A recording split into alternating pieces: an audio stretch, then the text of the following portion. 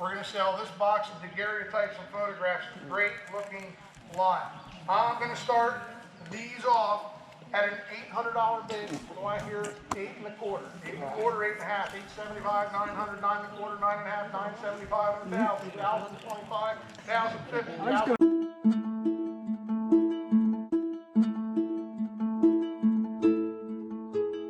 Welcome to Paper and Moose. It is auction day. I am lucky number 36. Well, hopefully it's going to be lucky. I am up in the Poconos for an on-site auction, and there is a lot of stuff, including ephemera, vintage textiles, antiques, all sorts of things. So let's get in there and see what the box lots have to offer and do some bidding and hopefully win some really neat things.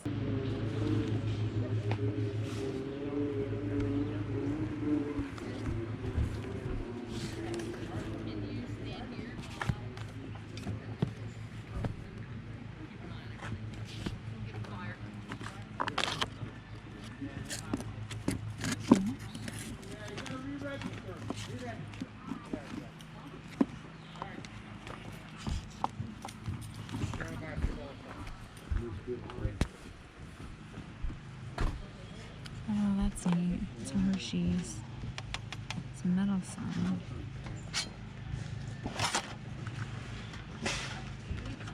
That says Hershey. This is neat. I like that. Oh, that's so cool. Oh, look at that Pennsylvania sugar. So that radio, there's 3 more radios, y'all go in a pile.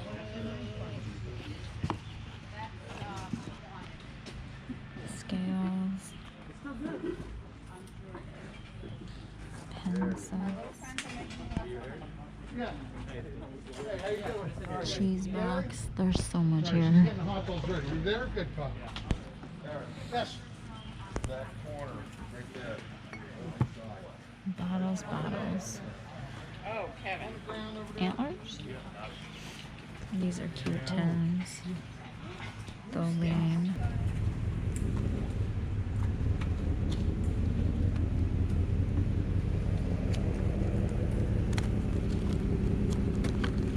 Oh, these are all like copies. This is all local history kind of stuff. Of course, let's glue it on there. Research.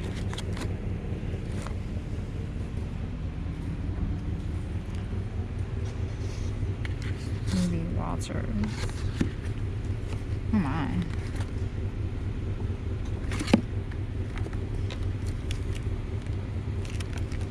These are nice. Oh, it's the Delaware Water Gap. That's actually very nice. Those are interesting.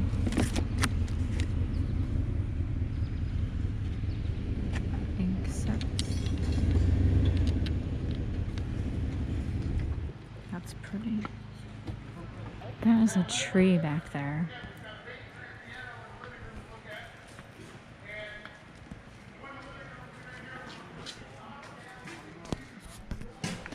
This is the first time I've seen a ceramic tree like this. That's really neat.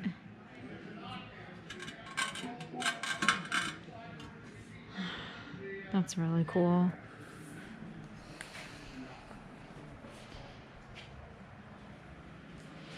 Lots of milk cans.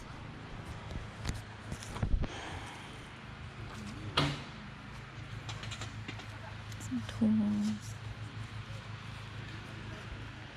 Oh, no, why would they? No, they would never do that. No, they would never. There are so many people here that I think to be able to get a lot at a reasonable price is not going to happen. Unfortunately, it just doesn't seem like it.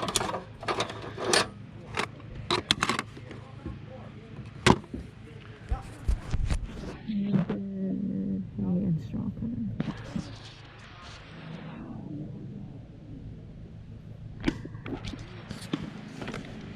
These are neat little boxes.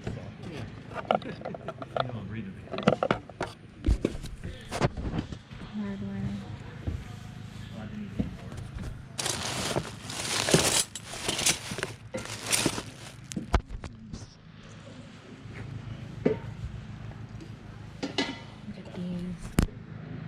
Those are cool.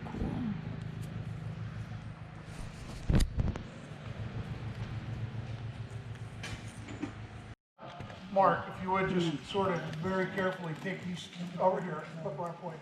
Those photographs, don't tilt them, just sort of hold them up. We're going to sell this box of daguerreotypes and photographs. Great looking lot.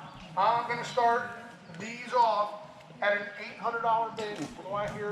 8 1/4. 8 1/4, 8 1/2, 875, 900, 9 1/4, 9 1/2, 975, 1,000, 1,025, 1,050, I was gonna bid up to 400. 1,100, I never even get my 11 foot in the door. 75, 1,200, 12 1/4, 12 1/2, 1275, 1,300, 13 1/4 I'll take on the floor.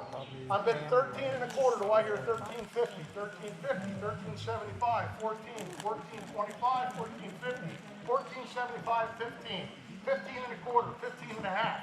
I'm bid 1525. Do I hear 1550, 1550. I'm bid 1525. You're at 1525. 1550, 1575. I'm at 1550. Do I hear 1575? 1575, 1600. I'm at 16 1/4. 16 1/4. I'm at 16, Oh, yeah. at 16 1/4. Last call. Sold for 16. Thank you, number 103. All right.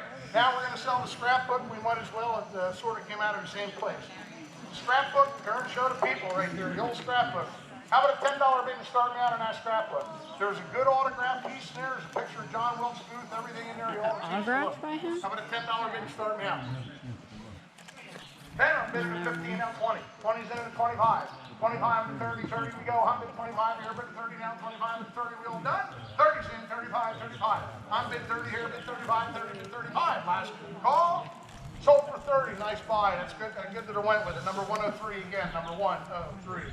3 sections in oak stacking barrister bookcase. You all know what they are. They got the glass fronts on them and all that.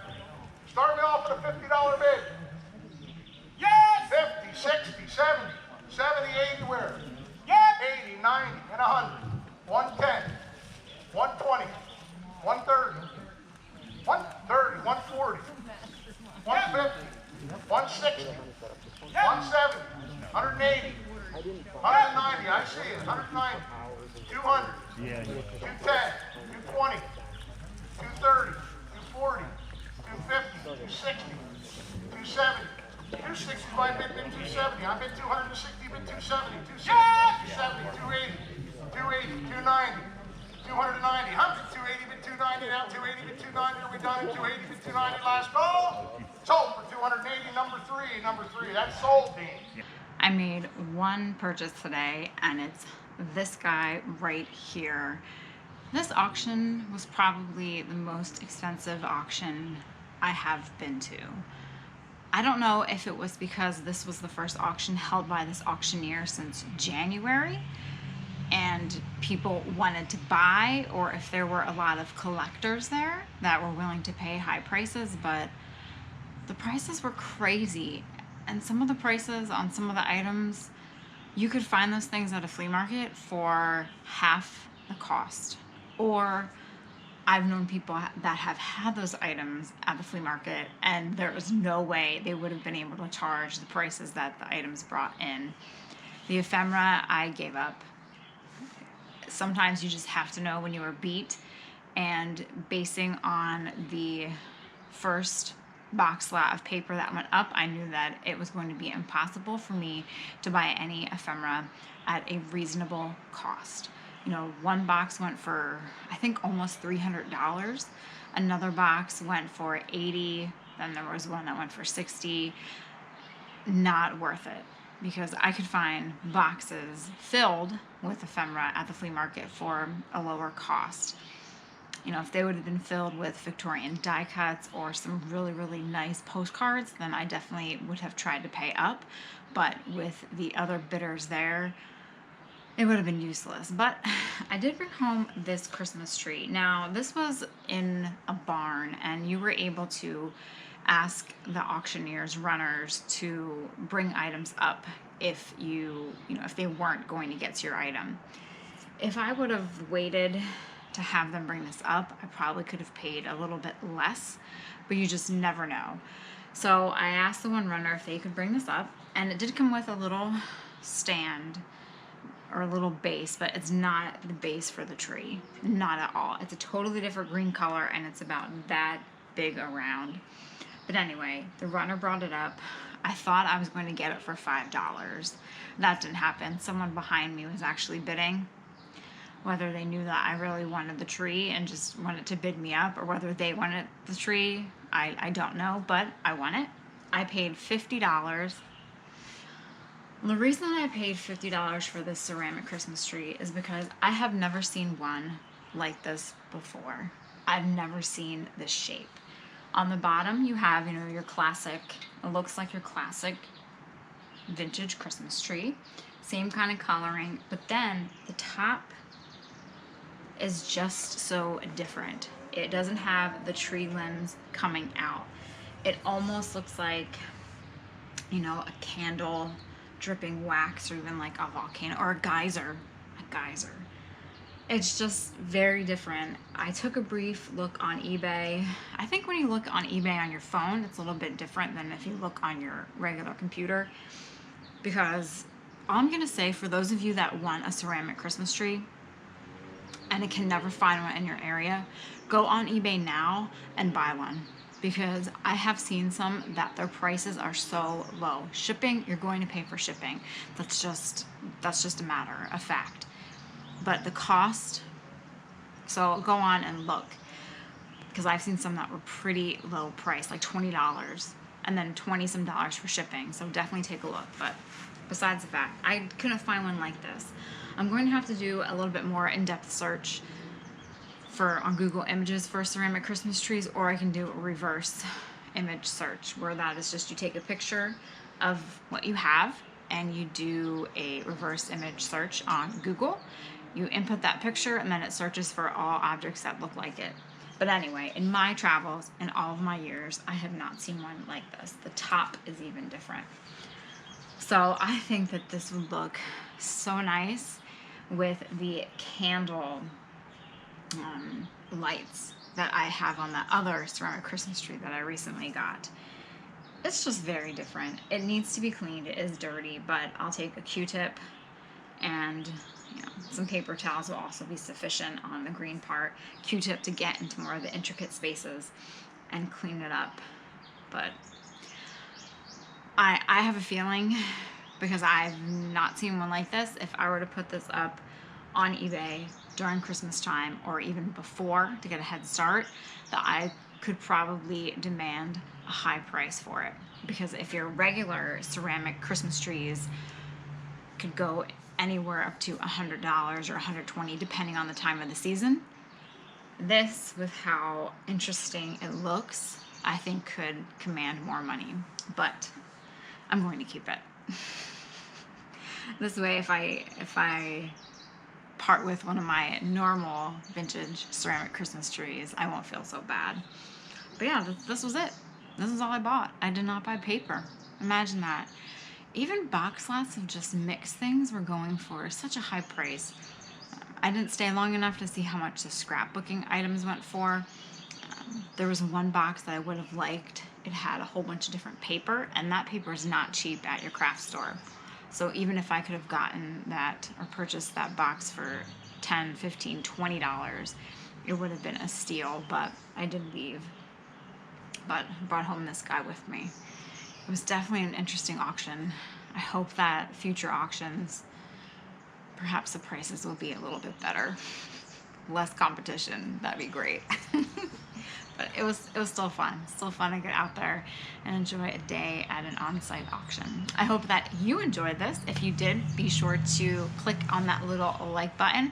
That would be much appreciated. If you thought it was horrendous and that I passed by so many great things and I should have just opened my wallet and let the cash fly out, then give it a dislike if you must. That is fine too.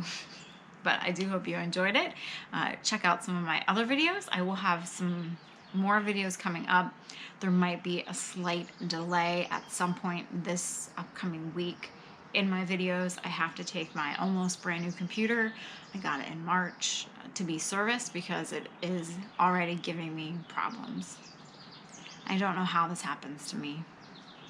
Brand new computer, and it just does not want to work. Anyway, fingers crossed it is an easy fix, because I don't want to get behind in bringing you all some great adventures with paper and mousse.